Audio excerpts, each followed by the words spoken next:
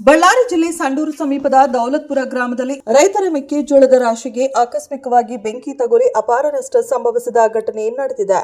ಗ್ರಾಮದ ಹೊಲದ ಬಳಿಯಲ್ಲಿ ಸಂಗ್ರಹಿಸಿದ್ದ ಮೆಕ್ಕೆಜೋಳದ ರಾಶಿಗೆ ಏಕಾಏಕಿ ಬೆಂಕಿ ಹೊತ್ತಿಕೊಂಡಿದ್ದ ಕೆಲವೇ ಕ್ಷಣಗಳಲ್ಲಿ ಬೆಂಕಿ ವ್ಯಾಪಿಸಿ ದೊಡ್ಡ ಪ್ರಮಾಣದ ಹಾನಿ ಉಂಟಾಗಿದೆ. ಘಟನೆಯ ಮಾಹಿತಿ ತಿಳಿದ ಕೂಡಲೇ ಅಗ್ನಿಶಾಮಕ ದಳದ ಸಿಬ್ಬಂದಿಗಳು ಸ್ಥಳಕ್ಕೆ ಆಗಮಿಸಿ ಬೆಂಕಿಯನ್ನು ನಂದಿಸುವ ಕಾರ್ಯಾಚರಣೆ ನಡೆಸಿದರು.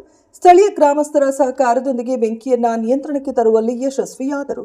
ಯವಗಡದಲ್ಲಿ ಶಫಿ ಸಾಬ್, ಲಕ್ಷ್ಮೀದೇವಿ, ಯಂಕಪ್ಪ, ಮಂಜುನಾಥ್ ಹಾಗೂ ಕೃಷ್ಣ ಸೇರಿದಂತೆ 5 ಜನ ರೈತರು ಸಂಗ್ರಹಿಸಿದ್ದ ಮೆಕ್ಕೆಜೋಳದ ರಾಶಿ ಸಂಪೂರ್ಣವಾಗಿ ಸುಟ್ಟು ಹೋಗಿದ್ದು ಅವರಿಗೆ ದೊಡ್ಡ ಪ್ರಮಾಣದ ಆರ್ಥಿಕ ನಷ್ಟ ಉಂಟಾಗಿದೆ ಎಂದು ತಿಳಿದು ಬಂದಿದೆ.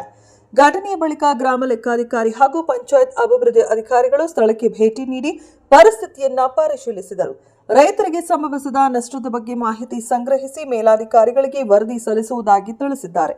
ಬೆಂಕಿ ಕಾಣಿಸಿಕೊಂಡ ನಿಖರ ಕಾರಣ ಇನ್ನೂ ತಿಳಿದು ಬಂದಿಲ್ಲ. ಈ ಕುರಿತು ಅಧಿಕಾರಿಗಳು ಪರಿಶೀಲನೆ ನಡೆಸುತ್ತಿದ್ದು ರೈತರಿಗೆ ಸರ್ಕಾರದಿಂದ ಪರಿಹಾರ ಒದಗಿಸಬೇಕೆಂದು ಗ್ರಾಮಸ್ಥರು ಆಗ್ರಹಿಸಿದ್ದಾರೆ.